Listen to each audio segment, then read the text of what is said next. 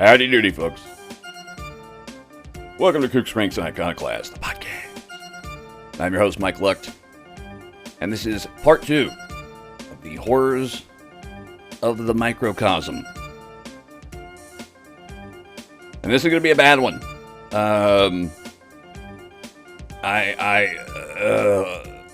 There's some bad stuff in here. If you don't like bugs, this will fuck with you. Other than that, you have the intestinal or testicular or labial fortitude to stick around. Please do. Just so you know what you're getting into, I'm going to lull you in with the basic nature documentary horrors at first, and then we're going to take a couple of crazy turns. So, this is a big one, I think. I think this might be a long episode. So, without further ado, let's do it.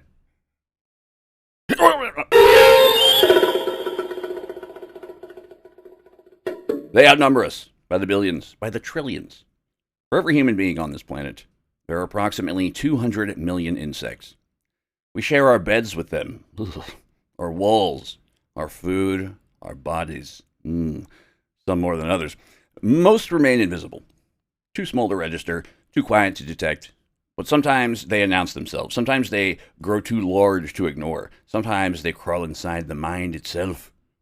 The blanket clinical term for an intense irrational fear of insects, spiders, and other creepy crawlies is entomophobia, sometimes referred to as insectophobia. However, because that covers a massive family of creatures, the clinical world usually breaks it down into two specific heavy-hitting phobias: arachnophobia, which was a fair to middling 1980s movie with John Goodman and Jeff Daniels, and acrophobia, which is the specific fear of tiny, microscopic, biting or burrowing bugs like mites, ticks, and lice, which heavily ties into that obsessive psychological need for a sterile, antiseptic environment.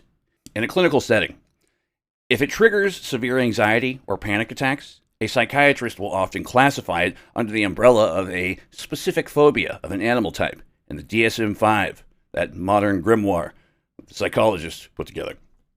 This isn't going to be an episode about the insects you swat away on summer evenings. This is an exploration of the giants, the specimens that strain the limits of biological possibility, the encounters that defy rational explanation, the conditions that make the skin come alive with invisible movement. The creatures that may or may not exist in the spaces between our understanding and the so-called human beings, quote-unquote human beings, who find something else entirely within the writhing masses of legs and mandibles and just. We'll be starting out where the nightmare is real, where the specimens are measured and documented, and where the only disbelief is suspended by the sheer improbability of Mother Nature's cruel and horrific excess. I learned that nature can be cruel, but I can be crueler. Thank you, Rin. In 2016, a specimen was captured in the Amazon that caused entomologists to reconsider what they thought possible. A giant South American centipede, Scolopendra gigantea, measured 26 inches from antenna to terminal legs. It wasn't an aberration. It was simply the largest documented individual of a species known to routinely exceed 12 inches. These aren't the delicate garden centipedes of temperate climates. These are apex predators that hunt bats. That's right. They fucking hunt bats. The capture was filmed by a team from the University of the Andes. The creature had been observed hunting in a cave system near Caracas, Venezuela, dropping from the ceiling to snatch bats mid-flight.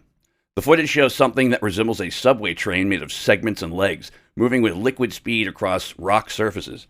When handled, and this required welding gloves and extreme caution, the centipede emitted a scent described as, quote, metallic and corrupt, unquote, a defensive secretion containing hydrogen cyanide and other compounds.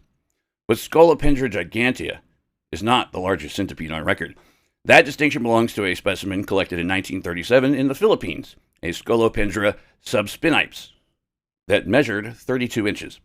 The specimen was preserved in formaldehyde at the National Museum of Natural History in Manila, though it was reportedly lost during World War II. Photographs were made showing a creature coiled inside a container designed for snakes, its forcipules, the modified front legs that deliver venom, visible as curved scythes. The venom of large centipedes isn't merely painful, it's medically significant. A bite from an adult Scolopendra gigantea produces symptoms including fever, lymph node swelling, cardiac arrest, and in rare cases, kidney failure. The pain has been described by victims as worse than childbirth, quote unquote, and like the limb is being crushed in a hydraulic press while simultaneously set on fire, quote unquote. The duration isn't minutes, but days. The swelling persists for weeks. Arachnids present their own catalog of gigantism. The Goliath bird eater, Theraphosa blondi, holds the record for the world's largest spider by mass. Native to the rainforests of Venezuela, Guyana, and Suriname, these tarantulas can reach leg spans of 12 inches and weigh as much as 6 ounces. That's the weight of a large avocado. Just to bring it home for you guys. Distributed across 8 legs and a body covered in urticating hairs that can be flicked at predators or human handlers, causing intense irritation comparable to fiberglass exposure. It wasn't cotton candy, like that guy said. In 2014, a specimen was documented in the Amazon that exceeded previous records. The spider encountered by a herpetological survey team, no, you dirty dogs, they were looking for lizards, was estimated to have a leg span of 13 inches. The team didn't capture it. They photographed it and left it in its burrow, a decision born of both respect for the animal and the practical reality that containing such a specimen required equipment they did not have. The Goliath's name is misleading. While capable of killing birds, they rarely do so. Their diet consists primarily of earthworms, amphibians, and small rodents, just like me. But the capability exists. There are verified accounts of these spiders killing and consuming small birds, lizards, and even snakes. A 1925 account by a naturalist named Alvaro Cardenas described a Goliath bird eater dragging a 15-inch snake into its burrow, a struggle that lasted 40 minutes and ended with the spider victorious. Oh, spider, it's your birthday. The largest spider by leg span is not the Goliath, but the giant huntsman spider, Heteropoda maxima, discovered in a cave in Laos in 2001. With a leg span reaching 12 inches, these spiders are flatter, more delicate in appearance, but no less disturbing to encounter. They're not web builders, but active hunters, capable of moving at speeds that seem to be impossible for their size. Their bodies are adapted for squeezing through narrow cave crevices, and their legs extend in a crab-like spread that maximizes their reach. But the giants aren't limited to land. Japanese spider crab, Macrochyra campheri, hold the record for the largest arthropod by leg span. These deep-sea dwellers can reach 12 feet from claw to claw. Their bodies are only 16 inches across, but their legs extend like mechanical appendages, giving them the appearance of something designed rather than evolved. They live for a century, scavenging the ocean floor at depths exceeding 1,000 feet. It's a lot of pressure, moving a lot of weight. 2017, a specimen was caught off the coast of Suruga Bay that measured over 12 feet. The fishermen who captured it reported that it took 3 men to haul the trap aboard, and that the crab's claws could, in their estimation, quote, crush a coconut.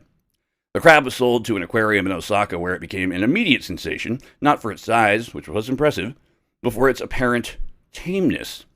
Visitors could touch its carapace. The creature seemed indifferent to human contact. That's just what I'd expect. Its ancient nervous system, operating on timescales imperceptible to human observation.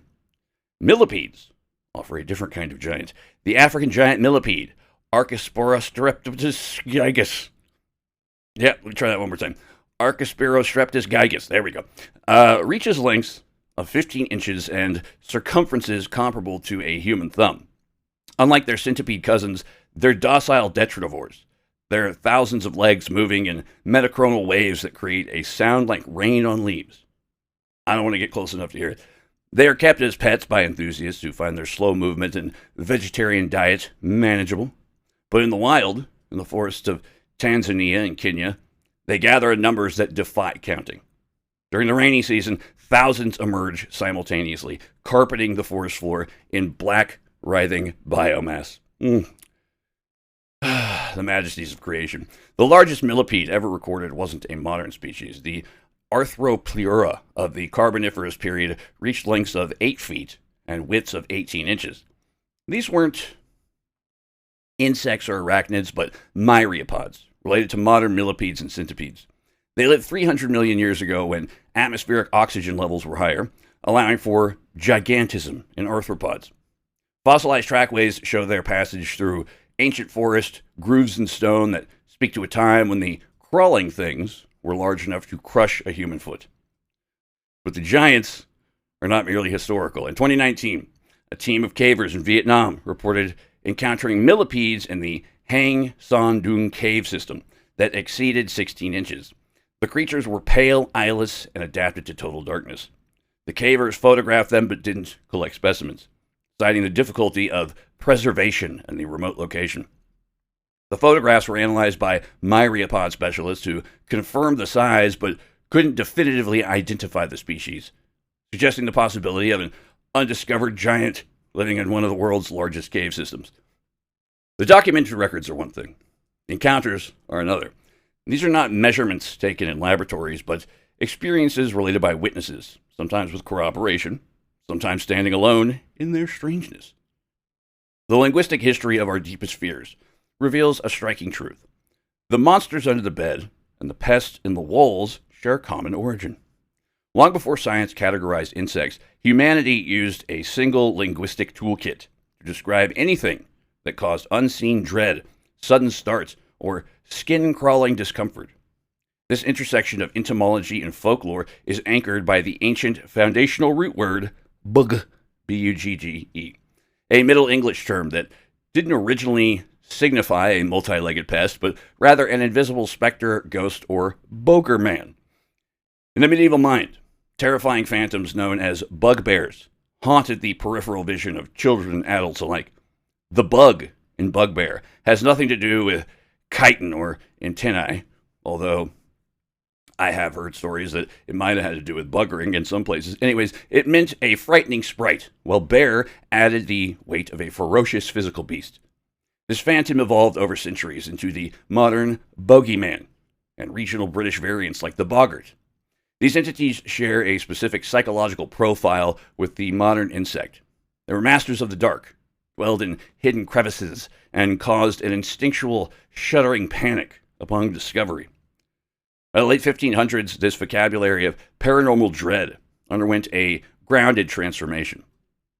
As people sought words for the newly noticed scurrying pests of households, such as bedbugs and beetles, they naturally repurposed the language of nighttime terrors. The creeping things of the physical world became, quote, bugs, unquote, because they caused the exact same psychological reaction as the invisible spirits of folklore. The word shifted from describing an abstract ghost to labeling a tangible scurrying horror, forever binding our fear of the supernatural to our revulsion toward creeping insects. Interesting, no? A remarkably identical linguistic phenomena played out concurrently in the Iberian Peninsula, bridging Spanish and Portuguese folklore with the world of pests. In these cultures, the supreme bedtime terror was el coco or el cucuy, a shapeless, hooded entity whose name stems from ancient Celtic roots, meaning a round object, head, or skull. Just as English speakers downgraded their invisible spirits into household pests, Spanish speakers applied the vocabulary of dread to the natural world. The fearsome cucuy and its feminine counterpart, la cuca, shared an undeniable linguistic lineage with the word cuca, a colloquial term for caterpillars, grubs, and beetles. When early Spanish explorers encountered American cockroaches, they christened them cucarachas, embedding the ancient shadowy root of the bogeyman directly into the insect's identity. When English privateers later mangled cucaracha into cockroach, they unconsciously completed a linguistic circle, pairing two distinct traditions that both transformed primordial monsters into household pests. Ultimately, whether a horror narrative features a towering bugbear or a shifting cucuy, it taps into a historical legacy where the monsters we invent to police the dark are indistinguishable from the creatures that actually inhabit it. Yet these linguistic links are more than historical curiosities. They explain why encountering an abnormally oversized arthropod in the flesh strikes such an ancient irrational chord in us. When the spectral bugbear takes physical form, the psychological reaction is immediate. Consider this case from 2003 when a British tourist named Marcus Thompson was trekking through the Taman Negara rainforest in Malaysia and disturbed a fallen log. What emerged was, in his words, a centipede the length of my forearm, but thicker, much thicker, quote unquote. Thompson estimated its length at 18 inches and its body thickness at that of a cigar. The centipede moved toward him with what he described as, quote, purposeful aggression, unquote, and he retreated, falling backwards into a stream. The centipede didn't pursue, but remained at the edge of the water, its antennae waving before disappearing under the log. Thompson required medical attention not for a bite, but for a panic attack that lasted several hours.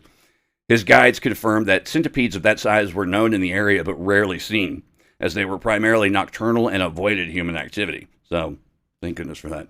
Thank goodness for small favors. A more disturbing encounter occurred in 2011 in the Northern Territory of Australia. A family camping near Catherine reported that their tent was invaded by, quote, dozens of giant centipedes, Scolopendra morsitans, the Australian giant centipede, during a rainstorm. The creatures were seeking higher ground from the flooding. The family evacuated the tent, but their 5-year-old daughter was bitten on the ankle before they could remove her.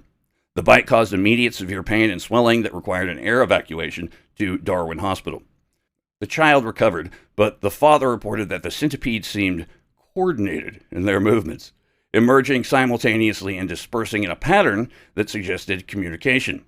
This is almost certainly a misperception born of panic, but the father's description persists in cryptozoological circles. Quote, they moved like a single organism, like a hand opening and closing, unquote. Yell at Baghdad. I know your kid got bit. He's probably freaking out a little. In 2018, a video emerged from Indonesia showing a giant centipede estimated at 14 inches battling a snake in a garden setting. The centipede had already bitten the snake, a small python, and the snake was in the process of dying. The centipede then proceeded to consume the snake, starting at the head. The video lasts 40 minutes, edited from a longer recording. The centipede's methodical consumption of a vertebrate larger than itself is difficult to watch. Segment after segment of the snake disappears into the centipede's mandibles, the centipede's body distending to accommodate the mass. Spider encounters carry their own particular horror. In 2015, a man in Missouri reported finding a brown recluse spider in his ear. This is not uncommon. Spiders occasionally crawl into ears, seeking darkness and warmth. But this specimen was large, nearly 2 inches in leg span, and had been there for 3 days before the man sought medical attention. Sorry, no, not fucking happening. The second, Anyways, no editorializing yet. I'll save it for when we get to the really juicy, quote-unquote juicy stuff. The man believed he simply had an ear infection. The spider had constructed a web inside his ear canal. An ENT specialist removed it alive. The man reported that he had been hearing, quote, rhythmic clicking for days. The sound of the spider's chelicerae, which are essentially its fangs, those little things out front, he could hear them moving. That's what was making the clicking. A more extreme case occurred in 2018 in India, where a woman was found to have a live spider living in her ear for 7 days. The spider had entered while she slept outdoors. It fed on earwax and small insects that entered the canal. The woman reported dreams of, quote, something scratching inside my skull. No, I'm sure she did. But the encounters that defy easy categorization are those with specimens that exceed known parameters. In 2009, a logger in Washington state reported encountering a spider web that spanned 30 feet between trees, with a mesh so fine, it was nearly invisible until the logger walked into it. The web wasn't the orb shape of garden spiders, but a sheet structure, dense and complex. At its center was a spider the size of a dinner plate, 10 inches in diameter. The logger photographed it before destroying the web with a branch. The spider escaped. Arachnologists who examined the photographs were divided. Some suggested it was a misidentified barn spider, blown up in perspective. Others noted that the proportions were consistent with a giant house spider, Eratogena atrica, but the size was impossible. The largest recorded specimen of that species had a leg span of 5 inches. The photograph was analyzed for digital manipulation and found to be unaltered. Spider was never found again. He has gone on to become a senator, last I heard. In 2017, a group of cavers in Kentucky reported encountering cave spiders that exceeded 8 inches in leg span. These weren't the familiar cave orb weavers, but something else, pale, long-legged, and numerous. The cavers claimed that the spiders weren't aggressive, but were present in such numbers that their cave walls seemed to move. I've seen this before. It's freaky. It's super freaky. The spiders that I saw were like old daddy longlegs, but there was Shit tons of them, and it was fucking weird. The walls were moving. Anywho, photographs showed pale dots on rock surfaces that could be spiders or could be mineral deposits. The cave system was closed to further exploration by the landowners, and no scientific expedition was mounted. Now, hiding right under the rock of everyday life, there are creatures that inspire horror not through size, but through biology. Organisms seemingly designed to trigger primal fear responses. The camel spider, actually a solifugid, not a true spider, grows to 6 inches in leg span and can run at speeds exceeding 10 miles per hour. They're not venomous to humans, but their jaws, their chelicerae, can remove patches of skin. During the Iraq War, soldiers reported encounters with camel spiders that seemed to chase them. This wasn't aggression, but a shadow-seeking behavior. The spiders were trying to stay in the soldier's shadow to avoid the desert sun. But most people are of the mindset that they don't want to be anywhere fucking near that thing, to which I can totally relate. The overall perception of the beast was one of pursuit, something fast, alien, and relentless. The Japanese giant hornet, Vespa mandarinia japonica, grows up to 2 inches in length and has a venom that dissolves tissue. They kill approximately 40 people per year in Japan, but it's not the venom that inspires horror. It's the hunting behavior. These hornets attack honeybee colonies, marking them with pheromones and returning later with reinforcements. A single hornet can kill 40 bees per minute. 30 hornets can destroy a colony of 30,000 bees in 3 hours. The method isn't stinging, but decapitation. The hornets tear the bees apart with their mandibles, leaving heads and limbs scattered about. The video footage from Japan of these attacks resembles all-out warfare more than predation. The botfly, Dermatopia hominis, doesn't grow large, but its life cycle involves laying eggs on mosquitoes, which then deposit the eggs in human skin. The eggs hatch, and the larvae burrow into the subcutaneous tissue, where they develop for 6 to 8 weeks, breathing through a puncture in the skin. The sensation isn't painful, but distinctly noticeable. A movement, a pressure, a presence under the skin. Removal requires suffocating the larva with petroleum jelly and extracting it whole. If it ruptures, the human body's immune response can cause severe inflammation. But the creatures that truly occupy the space of nightmares are those that combine multiple fear triggers. The Africanized honeybee, or killer bees, are not individually dangerous. Wu-Tang! They're slightly smaller than European honeybees, but their defensive response involves the entire colony, 80,000 individual bees, and they will pursue threats for up to half a mile. In 1993, a farmer in Texas was killed by approximately 2,000 stings. His body was found in a field covered in a layer of dead bees 3 inches thick. The bees had pursued him for roughly a quarter mile from their hive. Their bullets are useless against them. The army ants of South America, Eciton burchellii, don't build nests but form living structures with their bodies. They move in columns millions strong, consuming everything in their path.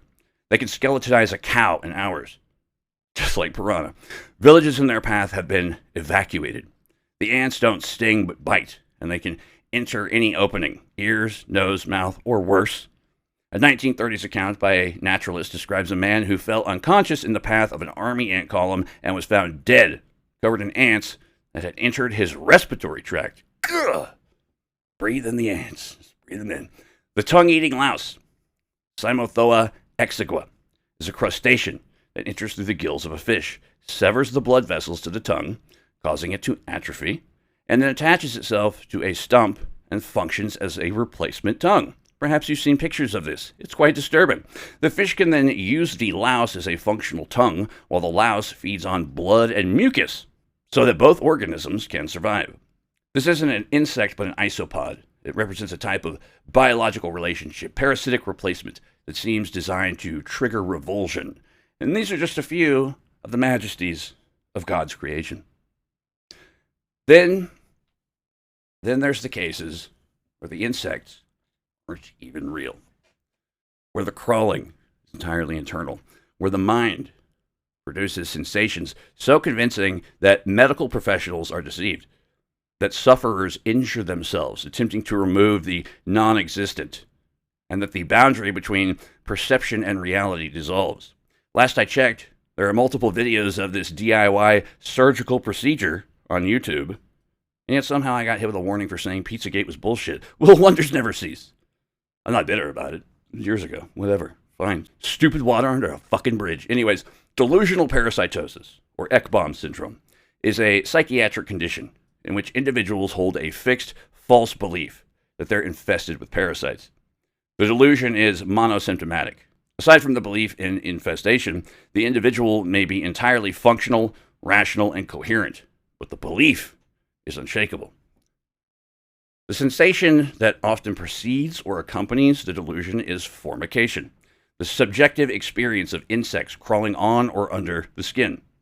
The word derives from formica, not the stuff on your bathroom countertop, but the Latin word for ant. It's a tactile hallucination, distinct from itching. Sufferers describe it as a perceived sensation of movement, biting, stinging, or burrowing in the skin. They report seeing the insects, collecting them, and even presenting them to doctors as evidence, to which the doctors usually reply, "You're a fucking weirdo." The collected material is invariably lint, skin flakes, scabs, or environmental debris. But to the afflicted, it's proof. The case of a woman known in medical literature as Miss A is a representative case.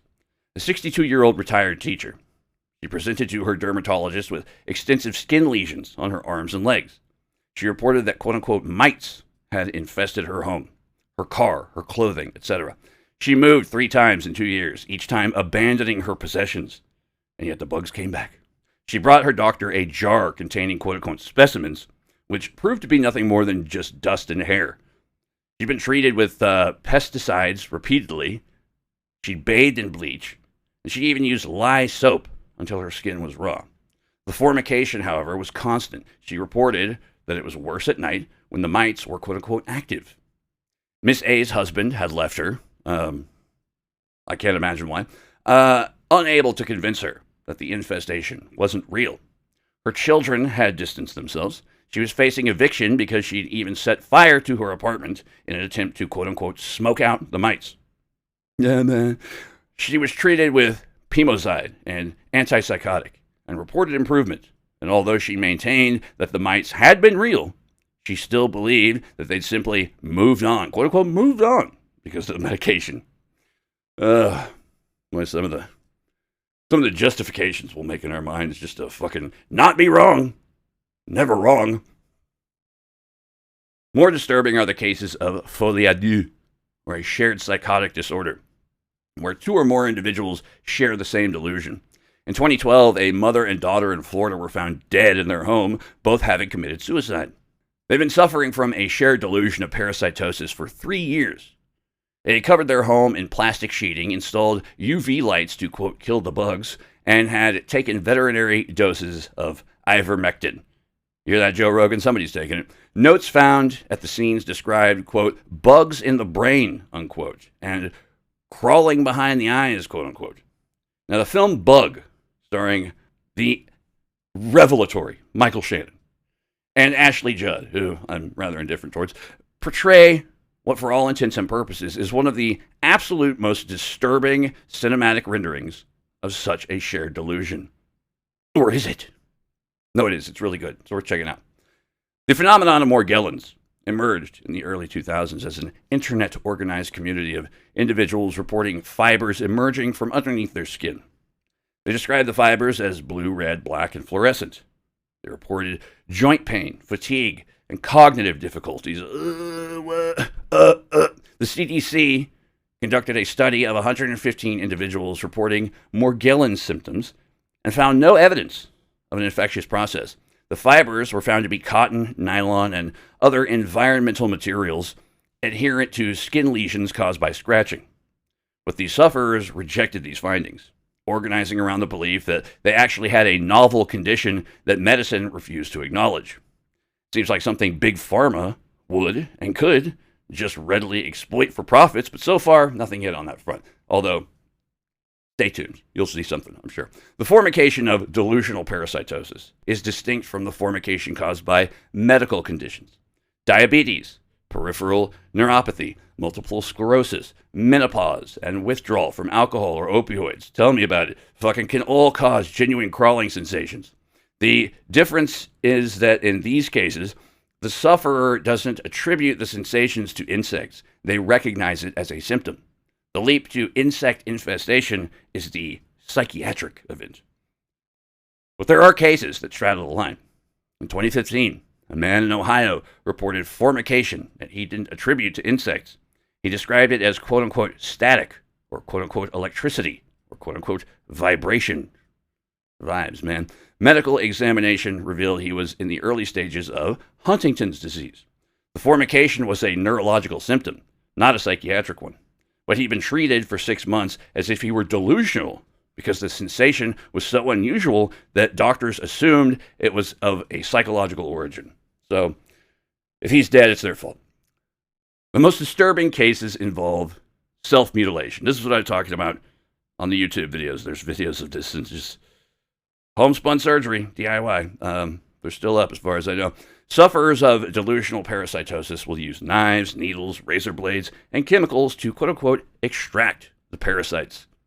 Medical literature documents cases of individuals who've even removed their own fingernails to get the quote-unquote bugs underneath, who've poured industrial solvents into their ears, or who've undergone multiple unnecessary surgeries by physicians or otherwise who didn't recognize the psychiatric nature of the complaint.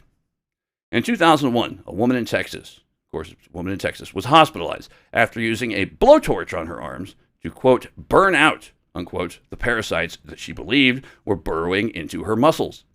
She had third-degree burns, over 40% of her body. She maintained for the rest of her life, up until she died from infection 2 weeks later, not a very long rest of the life, that the parasites had caused the burns by, quote, reacting to the heat, unquote. The question that delusional parasitosis raises is fundamental. If the sensation is indistinguishable from reality, if the suffering is genuine, if the physical consequences are real, then what's the status of the insects? They exist in the only way that matters to the sufferer. They eat, they crawl, they make love and reproduce. The mind is their habitat. Man. If the mind can create insects that don't exist, can the world produce insects that shouldn't exist? Well, the cryptid category. Insectoid monsters. Alien entities. Humanoid forms that combine human and arthropod features. Suggest that something in the human psyche demands these creatures exist. Consider the isolated wetlands of the Venezuelan Llanos in 1930, where a lone cattle herder encountered a small silent craft in a clearing. Rather than the humanoid pilots of modern UFO lore, the occupants were small bipedal creatures whose anatomy was explicitly crustacean. They possessed highly segmented chitinous exoskeletons that clicked and grated as they moved, and their smooth, earless heads were dominated by massive, multifaceted, unblinking eyes that perfectly mirrored the visual apparatus of a horsefly. The herder observed that these entities didn't communicate through sound or telepathy, but through a fast, rhythmic twitching of their forward appendages, a behavior eerily reminiscent of the stridulation and antennal tapping used by social insects to pass chemical and tactile data. When they noticed the witness, they didn't flee or attack. They simply turned in perfect mechanical unison, freezing like a disturbed nest before retreating back into their craft. A deeper, more visceral terror emerged from the dark, dense canopied black forest near Baden-Baden, Germany. Place so nice they named it twice. In 1974, a local forestry worker documented an encounter with a humanoid figure clinging to the side of a massive pine tree. A creature roughly 7 feet long, but incredibly gaunt, possessing multiple jointed limbs, covered in that's freaky. I don't like it. Covered in fine, bristly dark hairs that vibrated constantly. Its face was a nightmare of evolutionary convergence, featuring multiple clusters of black bead-like eyes and a wet, twitching mouth part thing that resembled the arachnid Chelicerae, the little fangs things. The entity was actively manipulating its environment, pulling thick, sticky grayish fibers out of a membrane on its lower torso and anchoring them between the trees like heavy twine coated in a foul-smelling necrotic fluid.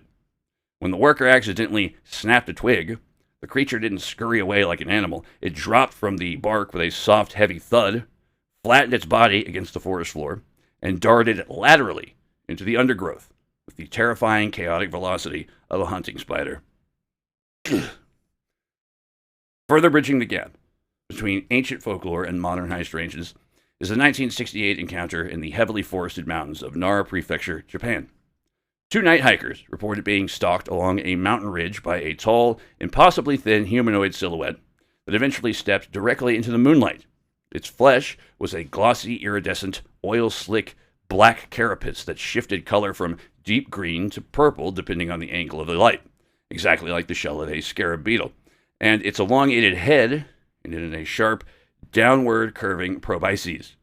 What made the encounter profoundly disturbing was the soundscape. While the creature moved with complete silence through the dense brush, it emitted a continuous low-frequency buzzing from eternal abdominal spiracles. This respiratory vibration resonated so deeply it caused intense inner ear vertigo and a sudden overwhelming wave of nausea in both witnesses. Yeah, it was the sound that fucking caused it. It tracked them for over a mile, maintaining a precise distance and exhibiting the cold algorithmic patience of a parasitic wasp waiting for its host to tire. A weary traveling saleswoman staying at a historic, slightly dilapidated brick hotel in Sedalia, Missouri in 1987, reported an encounter that completely shattered her understanding of reality. This is a fairly well-known story, I think, so maybe some of you guys have heard it before. She was awakened at 3:15 a.m. by a rhythmic, heavy scratching at her third-floor room door, which she initially mistook for a persistent guest or a large dog. The dog comes a-knocking, 3 a.m., you know. Shit happens. She peered through the brass peephole to see a towering silhouette, blocking the hallway light. When she cracked the door open on its security chain, she was confronted not by a human intruder, but by a massive, upright creature roughly 6 feet tall that bore a terrifying structural resemblance to an oversized German cockroach.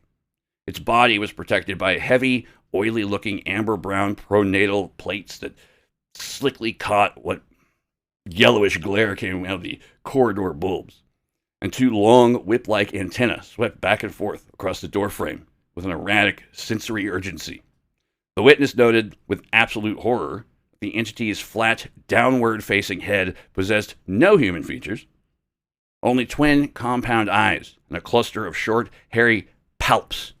That's a new bit of insect anatomy terminology I've learned, and it's also a fucking disgusting word. I don't know why I don't like it. Palps, that twitched rhythmically over the threshold. It made no attempt to force entry. Instead, it stood perfectly still for several agonizing seconds before abruptly turning on 6 multi-jointed legs, its heavily spiked tibiae clicking sharply against the commercial carpet as it skittered into the shadows of the stairwell with impossible fluid speed. 6-foot-tall fucking cockroach. I'm surprised that wasn't in Florida. A coal miner, or Houston, Texas. A coal miner walking a desolate mountain path above a valley in... Oh, God, here we go. It's fucking Welsh. Give me a second. Cwmtillery, Wales. Nailed it. In 1962, during the pre-dawn hours, encountered an entity that felt less like an extraterrestrial pilot, more like an evolutionary aberration. Standing near an abandoned ventilation shaft was a stocky, 4-foot-tall figure whose entire outer anatomy resembled that of a highly specialized burrowing beetle or mole cricket. Its torso was clad in a dense, velvety, subterranean pile of stiff golden brown setae, or microscopic sensory hairs, that appeared to vibrate in response to the damp morning air. Ugh. And its forward limbs were drastically widened into heavily armored, spade-like claws designed for shearing through stone.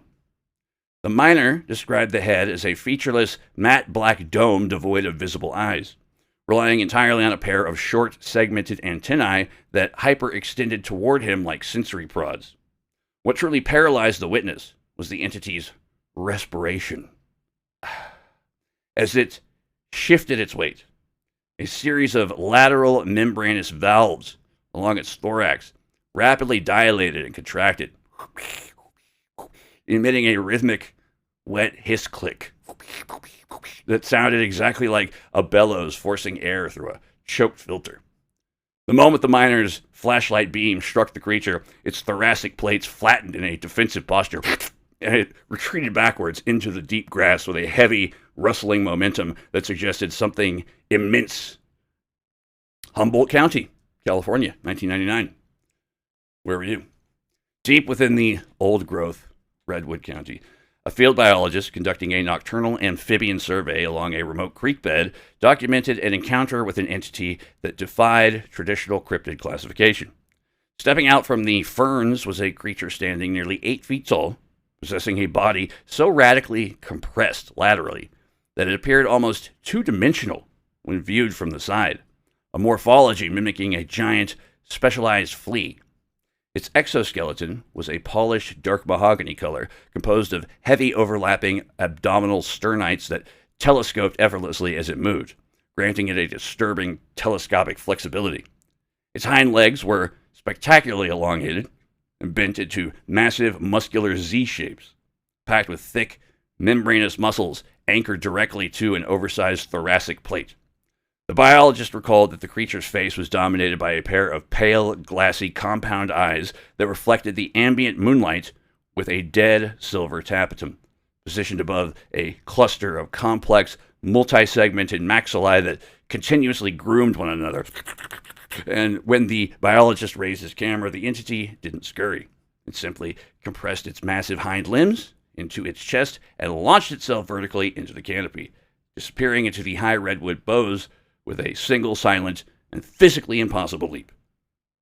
Karaganda region, Kazakhstan, 1979.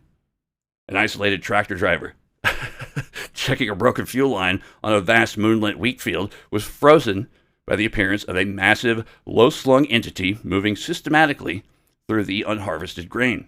The creature was roughly 9 feet long, but stood barely 3 feet off the ground. Its entire horizontal anatomy closely mirroring that of a predatory centipede or a silverfish.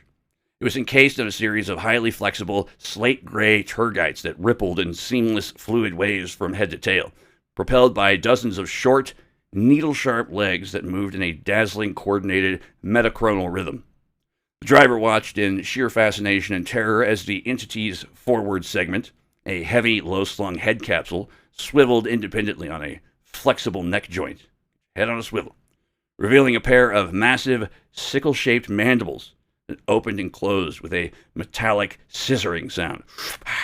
The creature was seemingly indifferent to the tractor's headlights, using two incredibly long, thread-like caudal filaments at its rear to test the ground behind it as it methodically sliced through the stalks, searching for something in the soil before dissolving back into the darkness with a dry, papery rattle. Arnhem Land, Australia, 2011. An indigenous ranger, tracking feral buffalo through a dense pocket of ironwood forest, documented a chilling encounter with an ambush predator that perfectly integrated with its environment.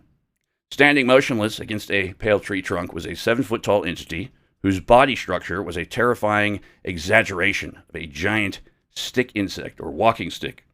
Its limbs were impossibly elongated, spindly, and covered in irregular thorn-like spines and green and brown lichenous growths that made it virtually invisible until it chose to move. The ranger noted that its exoskeleton didn't look like skin or bone, rather like dried, weathered bark that shifted and slid over deep, fluid joints. Its head was small, elongated, and could rotate a full 180 degrees, featuring two small bead-like yellow eyes that tracked the ranger with a cold, predatory intelligence. The encounter turned profoundly eerie, more so than that already, when the entity began to sway gently from side to side. A rhythmic, hypnotic rocking behavior identical to a stick insect mimicking a twig blowing in the wind, before it suddenly took a step forward, its long clawed tarsi grasping the branches above as it melted vertically into the upper canopy without breaking a single leaf. Atchafalaya Basin, Louisiana, 2004.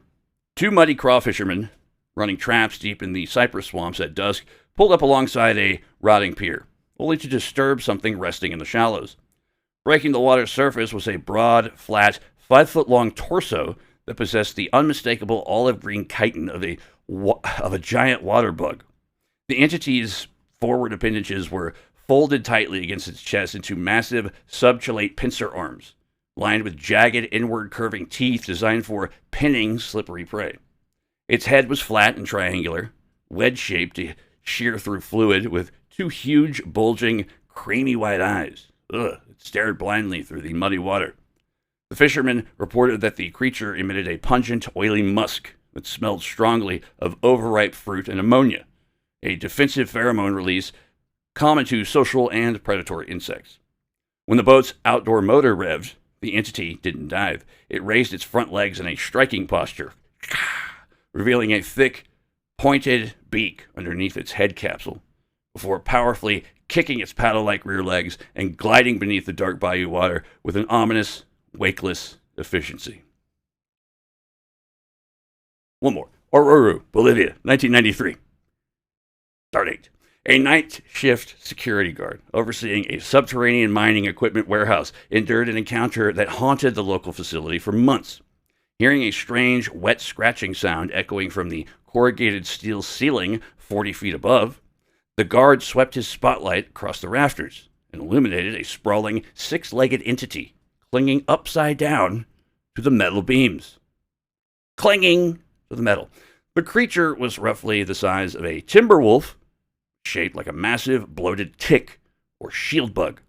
Its abdomen was highly distended, pale white and translucent, allowing the guard to see dark, unidentifiable fluids pulsing rhythmically through its internal, branching tracheal tubes beneath the chitin.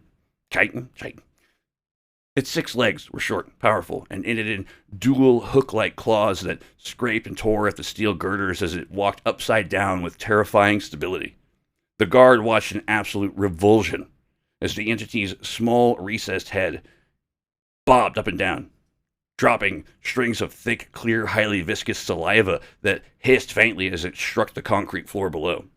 The moment the spotlight locked onto its position, the entity flattened its carapace against the beams, shuffled laterally into an unlit ventilation shaft, and vanished into the ductwork with a metallic, hollow echo.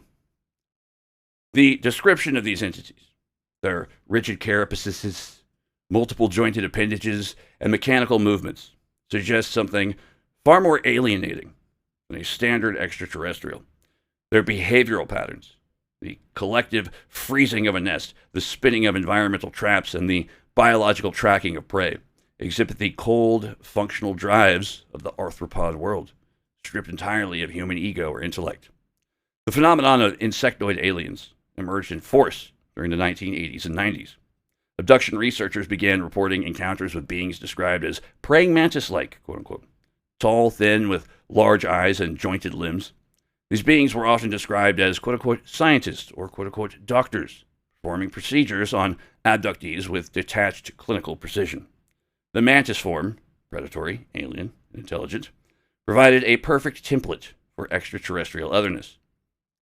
For a full episode on mantis aliens, go check out our old episode on, you guessed it, mantis aliens. But beyond the mantis form, there are reports of more disturbing insectoid entities, the chittering beings, described in some abduction accounts, creatures that communicate through clicks and rustles, that move with the scuttling speed of roaches, or that seem to exist in the peripheral vision and vanish when directly observed. These aren't the noble mantises, but the vermin, the pests, and the things that infest. In 1996, a woman in Arizona reported an encounter with, quote, beings like centipedes, but standing up like men, unquote. She described them as, quote, shiny, black, with many legs that moved too fast to count, unquote. They surrounded her car while she was parked on a desert road. They didn't approach the windows, but seemed to be, quote, waiting for something, unquote. After approximately 30 minutes, they collapsed, quote unquote, collapsed onto the ground and disappeared. She was found by police sitting in her car, catatonic. She'd been there for 6 hours. No physical evidence was found, but her description of these beings' movement, quote, like a wave, like breathing, but made of legs, unquote, matches no known animal. So thank fuck for that. More obscure are the reports of, quote unquote, spider people from various indigenous traditions and modern encounters. The Navajo speak of Spider Woman, a creator deity, but also of spider ghosts, malevolent entities that appear as large spiders with human faces, Fuck that. In 2009, a hiker in the Appalachians reported encountering, quote, something like a person with too many joints, unquote, crawling up a rock face, quote, like a spider, the size of a child, unquote. Ugh. The hiker didn't approach, but supposedly photographed the entity from a distance. The photograph shows a dark shape on a rock surface that could be a person in a shadow, or it could be something else. The hiker reported that the entity turned to look at him, and he saw, quote, eyes, but wrong, too many, arranged wrong, unquote. Like a doll's eyes. This unsettling anatomy mirrors a largely forgotten incident from August 1952 in Leominster, Massachusetts, where two teenagers, walking near a wooded reservoir, encountered a crouched, gray-skinned entity that initially resembled a deformed child. As they approached, the figure unfurled from its posture, revealing an impossibly elongated, multi-jointed skeletal structure. It didn't run. Instead, it dropped to all sixes and scaled a near-vertical chain-link fence with the terrifying, weightless agility of a huntsman spider, its limbs clicking rhythmically against the metal before it vanished into the upper canopy of the trees. An even more claustrophobic encounter occurred in 1978 deep within the isolated coal mine of the Donbas region of the Soviet Union. A lone surveyor, working a newly excavated, unlit shaft, reported a sudden overwhelming drop in temperature accompanied by a dry, frantic scratching sound. When he lowered his headlamp into a narrow ventilation fissure, he illuminated a pale, hairless humanoid torso, wedged backwards into the rock. The creature lacked a human face, its skull dominated by a cluster of weeping black ocelli, those little, and its lower body transitioned into a mass of segmented, twitching arachnid appendages that were actively anchoring the entity into the subterranean shale. The surveyor fled as the creature began to compress its own cartilaginous structure, sliding laterally out of the fissures with a sickening fluid velocity. The second I fucking laid eyes on it, I'd have been out of there. These entities share several characteristics. They're liminal, existing at the boundaries of human and animal, natural and supernatural, real and imagined. They embody the qualities that make insects disturbing: alienness, multiplicity, metamorphosis, or the hive mind. They're, in a sense, the projection of insect qualities onto human forms, or human qualities onto insect forms. Take your pick. And finally, they all make me want to fucking puke. The question is whether they exist only in the mind, or whether the mind is perceiving something that physical instruments can't detect. The consistency of insectoid imagery across cultures and time periods suggests either a common psychological origin, a shared fear response to the alienness of arthropods, or a common external stimulus that has yet to be identified. God, I hope it's not the second one. Now, while I've taken multiple opportunities to harp on the Eastern black magical practice of gu, as it's known in China, or kodoku, as it's known in Japan, there's actually a Philippine Islands equivalent that might either meet or exceed the repulsive, creepy crawly factor tenfold. It's called Mamba Bareng, bug sorcery. And if you're already somewhat unsettled by bugs, then you have absolutely no idea just how much worse it can get. Unlike your garden variety witch or mankokulam, who relies on standard voodoo dolls, pins, and hexes, a true Mamba Bareng is a highly specialized, deeply feared architect of a parasitic hidden ecosystem. They don't merely summon pests from the wild, they breed them. The sorcerer maintains a toxic, closed environment inside of a hollowed-out bamboo tube or an earthenware jar packed to the brim with carnivorous beetles, centipedes, scorpions, spiders, and wasps. To break the human instinct of revulsion, a Mambabareng's initiation demands absolute submission to the swarm. During a new moon, the aspiring initiate sits completely still in an overgrown cemetery or a deep cave, reciting chants that draw out the Mamalareng, the ancient spirits of rot, death, and decay. They must allow a living, writhing carpet of flesh flies and venomous stingers to coat their bare skin, enter their clothes, and explore their face in absolute, agonizing silence. A single involuntary scream, or just one mere reflexive swat, means death. But survival binds the swarm to their bloodline forever.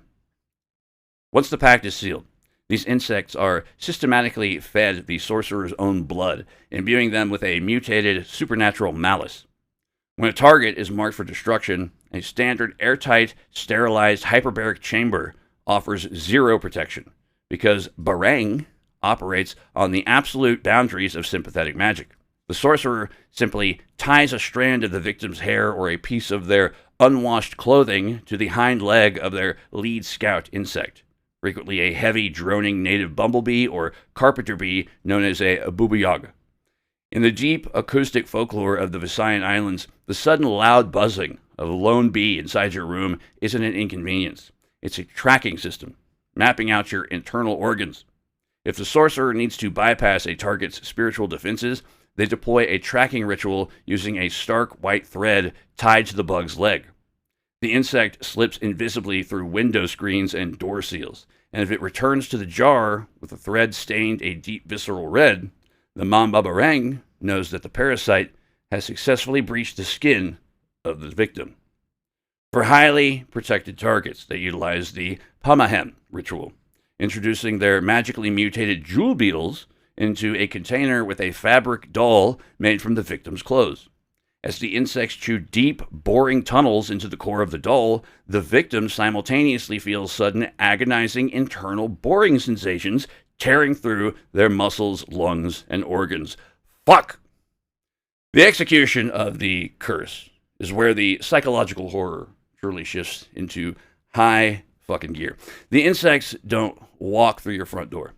They vanish from the sorcerer's jar and materialize directly inside your body. They crawl through the nose, mouth, ears, eyes, and in the darkest accounts, they simply manifest under the epidermis or deep within the stomach lining. You thought I was going somewhere else, didn't you? The victim's abdomen begins to swell rapidly, stretching and visibly pulsating. If you look closely at the victim's skin, folklore states you can actually see the distinct, frantic shapes of hundreds of tiny legs, pincers, and antennae churning and crawling right beneath the flesh. The bugs begin to eat the victim from the inside out, strictly avoiding vital organs at first to prolong the torment while consuming fat, muscle tissue, and blood. For the ultimate proof of success, the insects burst outward in a massive, writhing wave through the mouth and under the eyelids, flying all the way back to the Mambabarang's bamboo jar to vomit up the fresh human tissue. The terror is so absolute that local folk medicine claims standard surgery is useless. If a doctor cuts open an abscess, the insects instantly dissolve into a viscous black fluid, only to reform elsewhere. The afflicted's only hope is an albulario, a faith healer, who uses specific oils and prayers to force the victim to vomit up a live, torrential cluster of beetles and centipedes into a raging fire, severing their psychic link to the sorcerer. Now, while this sounds like the plot of an extreme body horror film, the real-world historical and legal records prove that this insectoid paranoia is treated as a literal matter of life and death. The fear of Barang is so potent that it's driven regular people to commit horrific preemptive strikes. In a landmark 1976 Supreme Court case, the people of the Philippines versus Gregorio Taylaran, a man brutally slaughtered his own grandmother-in-law with a machete while she was actively trying to treat him for a snake bite, confessing to police that he had to kill her first because she allegedly threatened to unleash a barang into his bloodstream. Even decades earlier, in cases like the 1903 trial of Isidro Palad or the 1970 hammer murder committed by Ernesto Puno, who frantically screamed about a neighbor's occult bumblebee, quote-unquote bumblebee, before beating her to death with said hammer, the Philippines' justice system has repeatedly had to navigate the, quote, passion and obfuscation, unquote, of defendants who openly admitted to murder, arguing it was an act of community defense against an active biological attack. Even today, in the digital age of 2026, look at us go, police blotters in provinces like Davao del Norte log assassinations openly motivated by barang grudges, while the mystic island of Siquijor, I think that's how you say it, maintains a dual underground economy where public healers brew protective potions on Good Friday in the exact shadow of anonymous sorcerers who retreat to deep caves to craft destructive curses. Ultimately, this deep-seated cultural nightmare is anchored in a terrifying tropical reality. In the remote rural farming villages of the Philippines, poor sanitation and specific parasite vectors can lead to severe cases of subcutaneous myiasis. And by the way, get ready to start hearing that word quite a bit going forward. Myiasis, remember it. Where blowflies and specialized beetles deposit eggs into minor cuts or orify during sleep. The larvae hatch and burrow beneath the skin, creating moving, painful tracks that look exactly like living creatures writhing beneath the flesh. When a provincial doctor cuts open an infected cyst and literal hordes of writhing maggots or small beetles tumble out onto a sterile tray, a Western observer sees a tragic parasitic infection. But to the patient, their family, and an entire panicked community, they're looking at the definitive, undeniable proof that a mambabarang has marked them for death.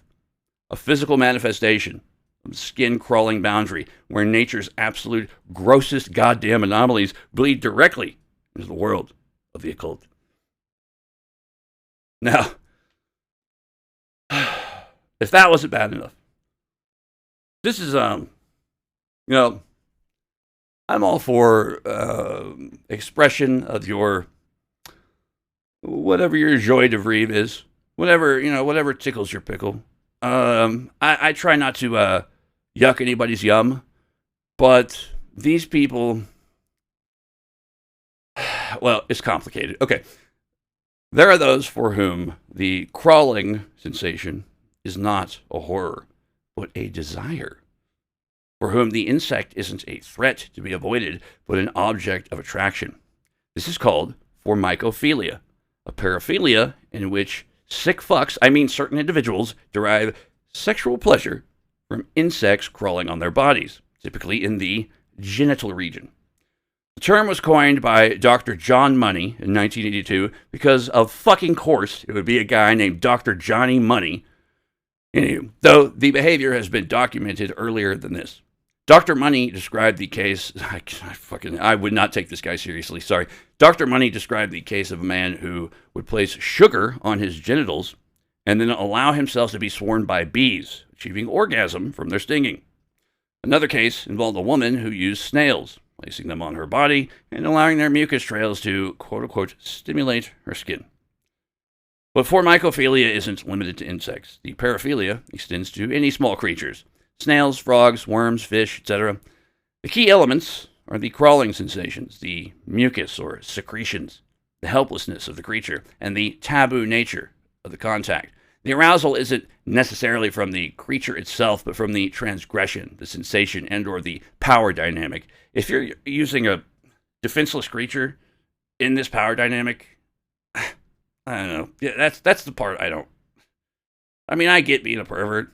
I totally get that. But, like, I don't know. The power dynamic, like, it's a living, whatever. I'm fucking trying not to, yeah. Anyways.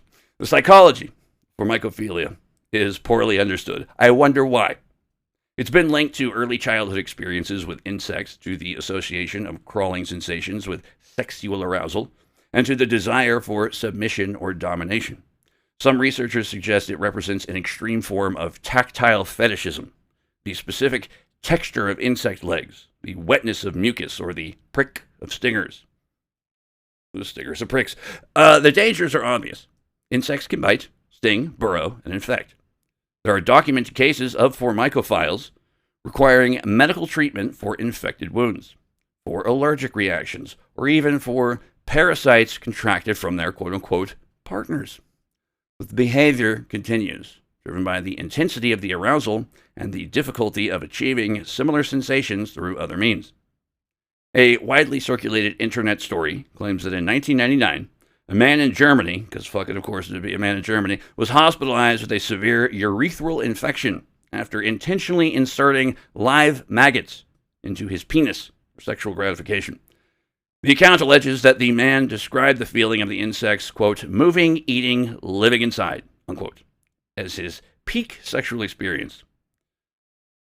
Well, I mean, if that's your peak, fucking, you got nowhere else to go after that.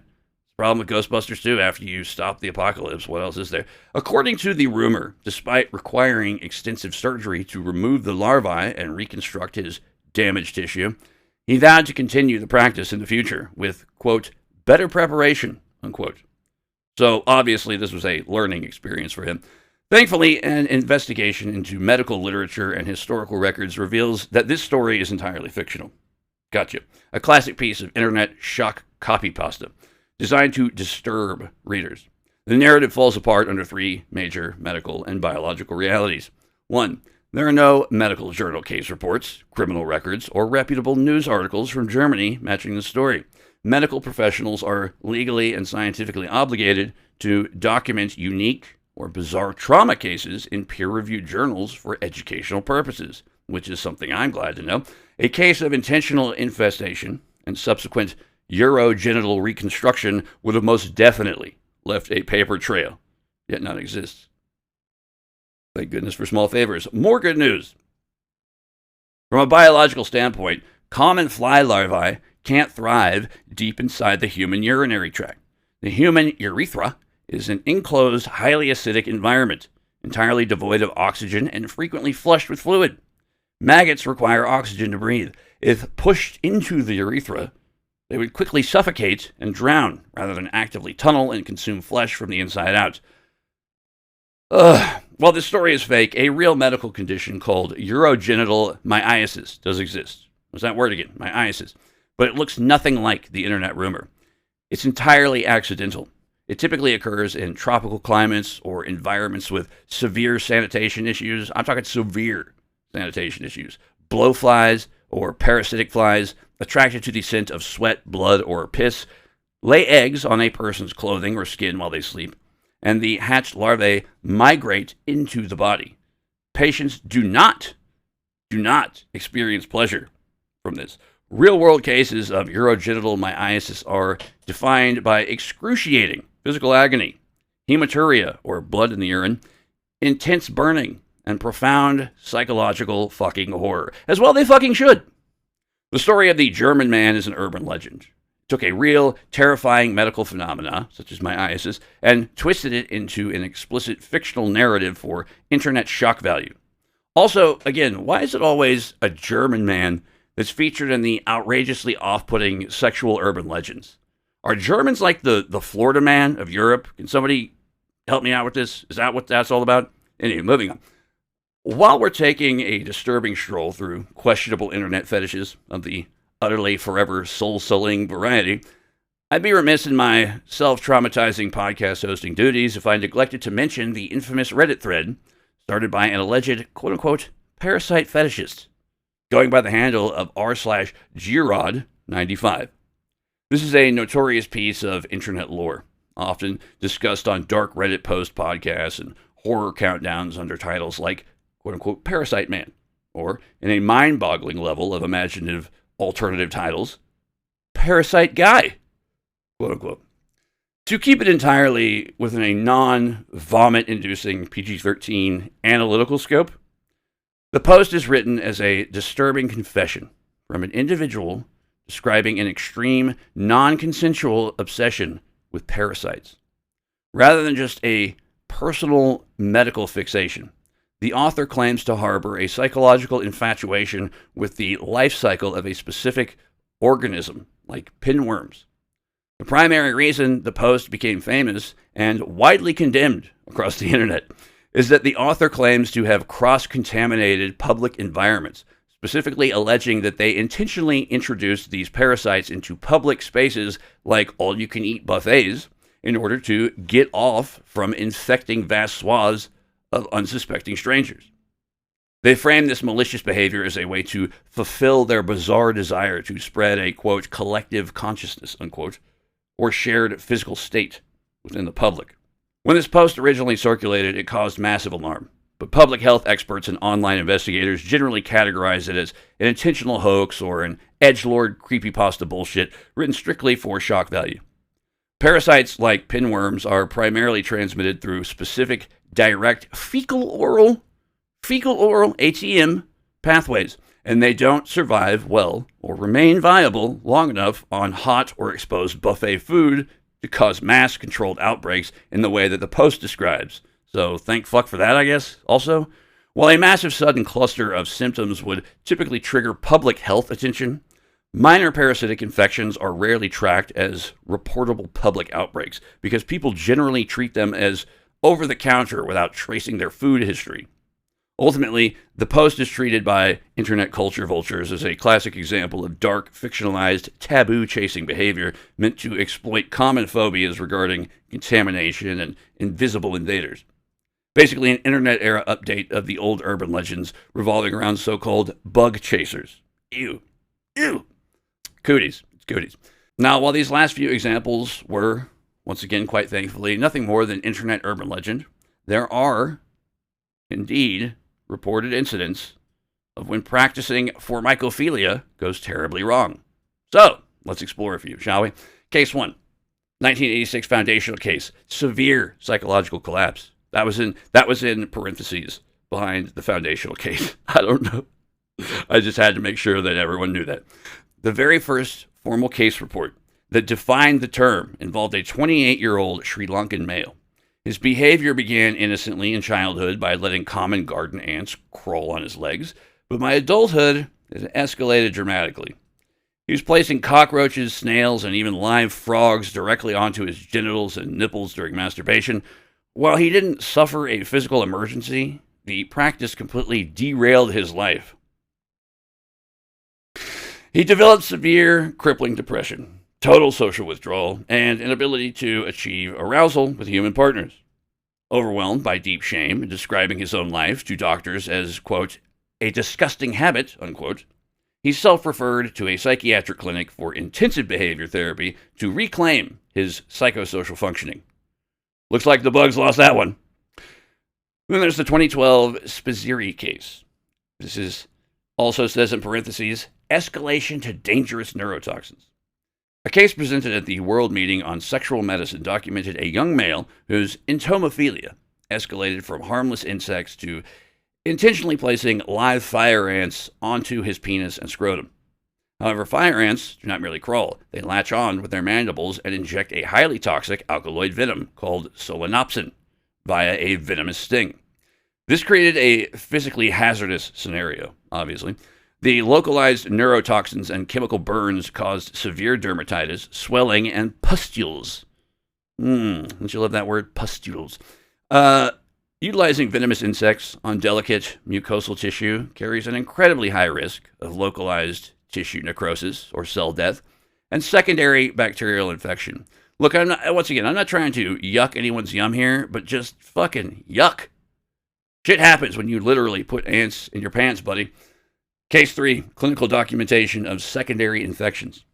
While individual patient identities are legally protected, dermatological and urological literature outlines standard medical complications when general Formicophilia practices result in emergency room visits. Just remembering a story I heard from my sister a long time ago. Oh, goddamn. People who work in hospitals have crazy fucking stories. If you ever meet one, just out of the bar, fucking get to drinking with that person because you're going to hear some fucking crazy shit. Anyways, the most common physical failures stem from mechanical trauma and bacterial introduction. The sharp tarsal claws of large beetles or the mandibles of biting insects create microscopic tears in the sensitive skin of the genitalia. Because insects carry diverse environmental bacteria, such as Staphylococcus aureus or Streptococcus, these micro tears routinely lead to severe local infections, painful abscesses, or cellulitis, a deep, rapidly spreading skin infection requiring emergency lancing and intravenous antibiotics. Straight into the dick. These cases represent the extreme end of Formicophilia. More common, according to limited research, is the use of smaller insects, ants for instance, placed in containers or on specific body parts, etc. The sensation of their movement, their bites, their stings, etc., provides stimulation for these quote-unquote people. Some formicophiles report that they don't achieve orgasm from the insect alone, but require the insects as part of a larger scenario of submission or humiliation, because that's what it's really all about. The internet has allowed formicophiles to connect, share techniques. If the internet has done any one thing in its history of existence, it's allowed weirdos with extremely specific, just horrible things that they're into to get together en masse. It's certainly done that. But it's allowed them to connect, to share techniques, quote unquote, to organize the acquisition of suitable insects. There are forums, because of course there fucking are, now largely driven underground by content policies where individuals discuss optimal species. Fast moving, but not flight capable. Don't want them flying away. They cannot escape your love. Biting, but not venomous. And other handy-dandy tips and tricks. Safety precautions, such as avoiding species that burrow or having EpiPens available, and the psychological aspects of the fetish. The taboo nature of Formicophilia makes research difficult. I know I had... it was a bad time. It was just a bad time. Luckily, I mostly encountered texts. I didn't see a lot of pictures, and I'm fucking glad. Practitioners are reluctant to come forward. I wonder why. To be studied or risk legal consequences. In many jurisdictions, the use of insects in sexual practices falls under animal cruelty laws, even if the insects are not technically animals in the legal sense. The lack of legal clarity, the status of insects as sentient beings capable of suffering, creates a gray area that both protects and isolates the formicophile community. See a spider? Pick it up, put it outside. What is clear is that don't let the fucking formicophiles get it. What is clear is that the Formicophilia represents the inversion of the typical human-insect relationship, where most humans seek to exclude insects from their bodies, homes, or lives in general. The formicophile seeks incorporation.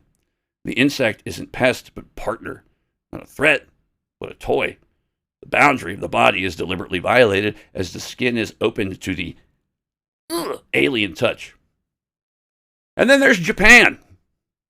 You had to fucking know we were going here at some point. Where the extreme becomes art. Where the transgressive becomes a product. And where the boundary between documentary and pornography dissolves into something that has no equivalent in Western media. Again, something to be thankful for. But before we cross the Pacific, we have to look at the digital ether of the early Western internet. A place where the human appetite for the deeply unsettling birthed entirely fictional horrors. If you dig back into the old Usenet boards and deep web message groups of the early 2000s, you'll inevitably run into whispers of the Sabince Tomatovic tape. According to this modern internet urban legend, an Eastern European adult performer named Sabince Tomatovic, a name derived from a multilingual pun that roughly translates to tomato sandwich, who starred in a lost underground film shot in the deepest, darkest corners of the dark web. Her co-star? None other than the Jibafofi, the legendary dog-sized giant spider, cryptid, whispered to hunt in the dense rainforests of the Congo Basin. The rumors claim that this massive arachnid was imported by illicit syndicates specifically to create a piece of ultimate shock media. It is, of course, complete bunkum and bullshit, a digital ghost story born from early forum creepypasta and internet lore. The tape doesn't exist. I've looked. No, I haven't, but God, I'm glad it doesn't. The performer doesn't exist, and the giant Congolese spider remains firmly in the realm of cryptozoology. But where the West had to hallucinate a fictional deep web monster to scare itself, Japan did something far more clinical. They commodified it, and they put it out onto adult video store shelves.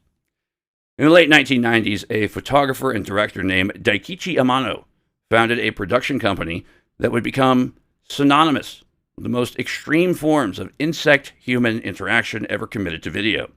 The name was Genki. The words mean healthy, energetic, or cheerful.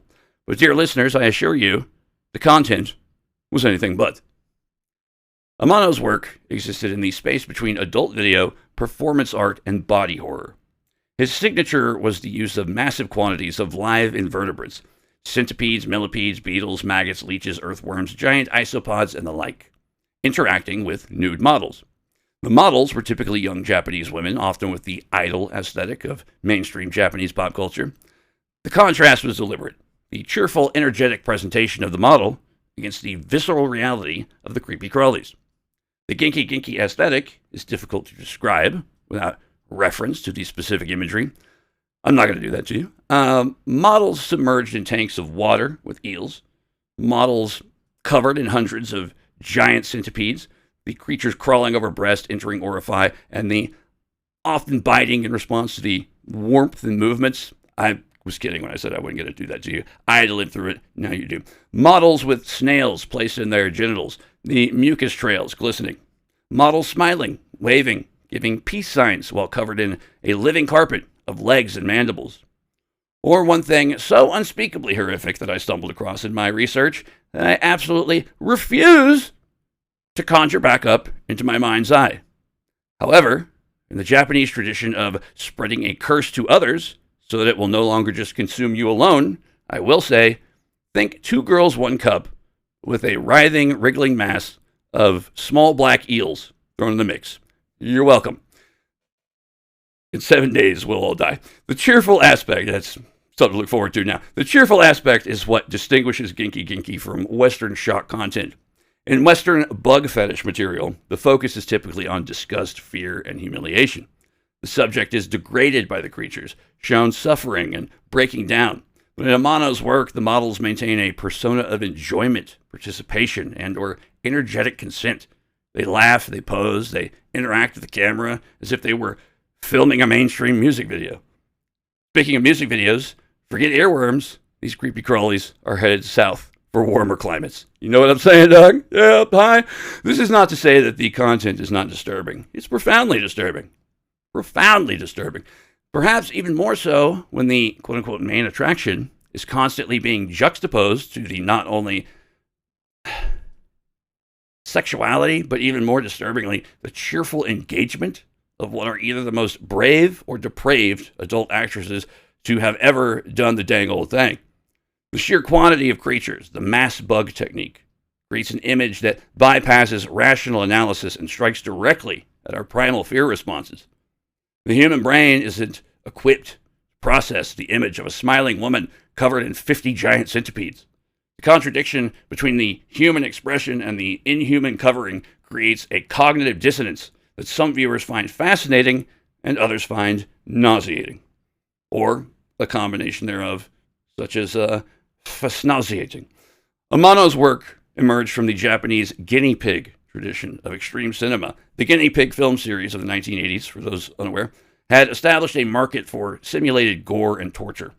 But Amano, they were so well simulated, actually, that Charlie Sheen stumbled across one and reported it to the FBI because he thought it was real back in the 80s. But he was probably also really fucked up on drugs, so, give and take. But Amano shifted the focus from simulated violence to real biological interaction. The creatures in Genki films are alive. They're responding to heat, movement, moisture, and carbon dioxide of human exhalations. They're trying to escape, burrow, and bite. The models are genuinely being bitten, stung, and covered in secretions. The danger is very real and permanently soul-sullying. The production of Genki content required specialized knowledge. Amano had to source massive quantities of specific species, giant African millipedes, Vietnamese centipedes, Madagascar hissing cockroaches, and many more of God's most miraculous creations.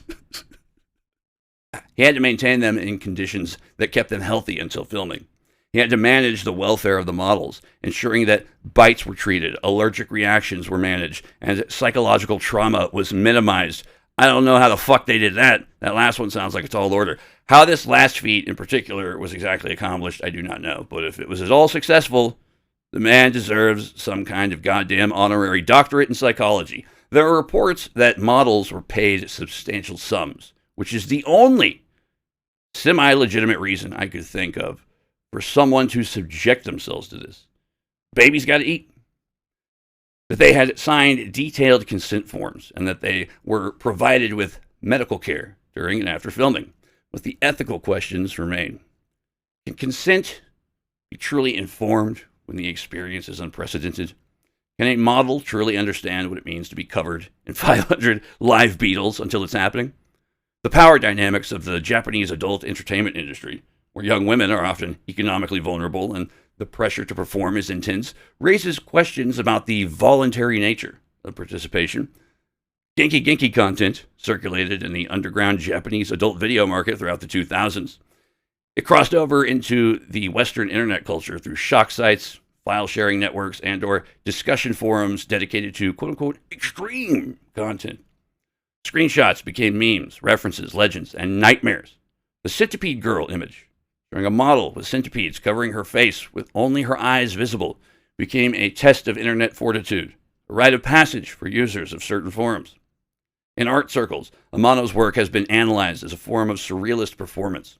In the tradition of Salvador Dali's ant imagery, or the body horror of David Cronenberg, the confrontation with phobia, the dissolution of boundaries between human and animal, and the use of the human body as a canvas for biological processes. These are themes that resonate with contemporary art theory. Amano has exhibited photographs from his films in galleries in Tokyo and Berlin, fucking of course Berlin, positioned as fine art, quote-unquote fine art, rather than pornography, which I assume means he likely received some form of government grant. The response from entomologists and animal welfare advocates has been uniformly negative. I couldn't imagine why. The use of live invertebrates in a sexualized context is criticized as unnecessary suffering. Unnecessary suffering. I would agree with that. While insects may not experience pain in the way vertebrates do, they clearly experience stress, attempt to escape, and release defensive secretions. Ugh. The sheer number of creatures used in some productions, sometimes within the thousands per various individual films, represents a scale of use that challenges any claim of ethical consideration. But the demand persists. The Genki aesthetic has influenced a subculture of extreme fetish. Content producers in Japan and elsewhere. Imitators have emerged, some using CGI to avoid the ethical and legal issues of live creatures, others continuing to use live animals in jurisdictions with less restrictive animal welfare laws. I hate to imagine where those might be. The internet has made distribution global, and the content has found audiences in Europe, North America, and Southeast Asia. Never have I so strongly wanted to be a South American. The psychology of the Genki consumer is as complex as the content itself. For some, it's simply the most extreme form of pornography, sought out simply for the intensity of the transgression. For others, it represents a genuine Formicophilia. The arousal is specifically from the insect-human interaction. For others still, it's an artistic or I almost can't say it, philosophical interest in the limits of the human body, the nature of revulsion, and the construction of beauty. What's undeniable is that Genki represents the furthest extent of human-insect interaction. Where most cultures seek to minimize contact, to create barriers of disgust and fear, Genki dissolves the barrier entirely. The insect isn't kept out but brought in, not killed but cultivated, not feared but fetishized. God, human beings are endlessly fascinating, aren't they? The model becomes a landscape, a habitat, a host.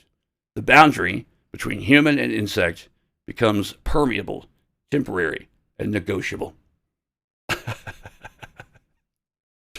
We began with numbers. 200 million insects for every human. The statistics of abundance, of overwhelming presences.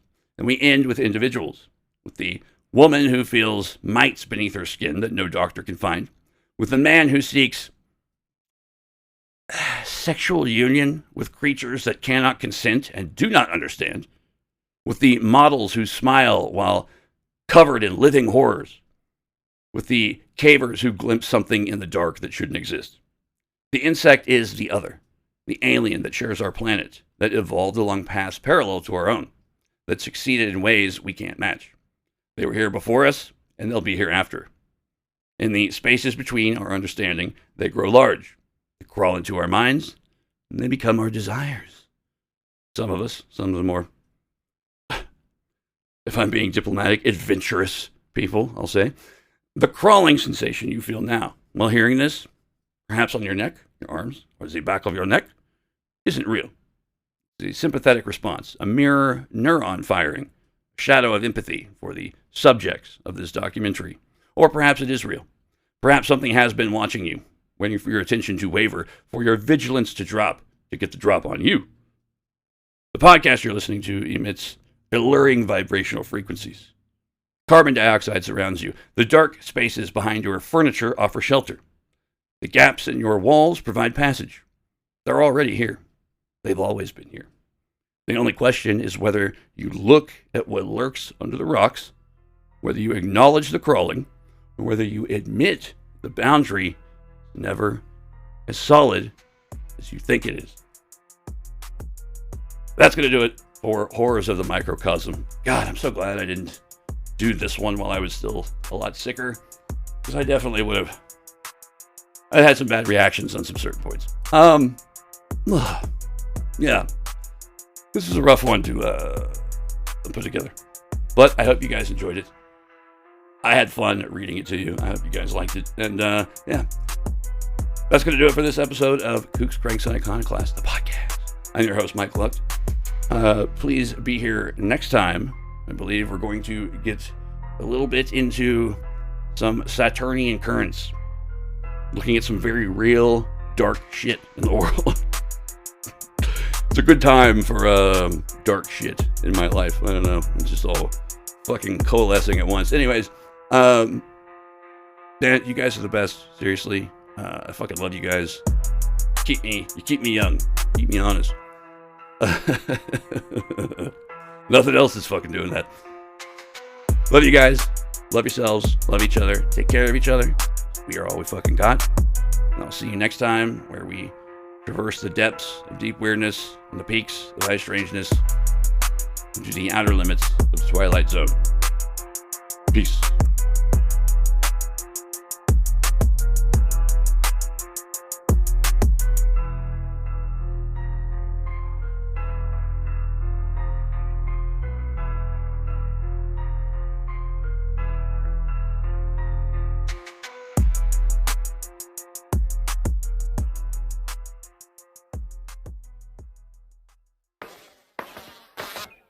Oh, a bug!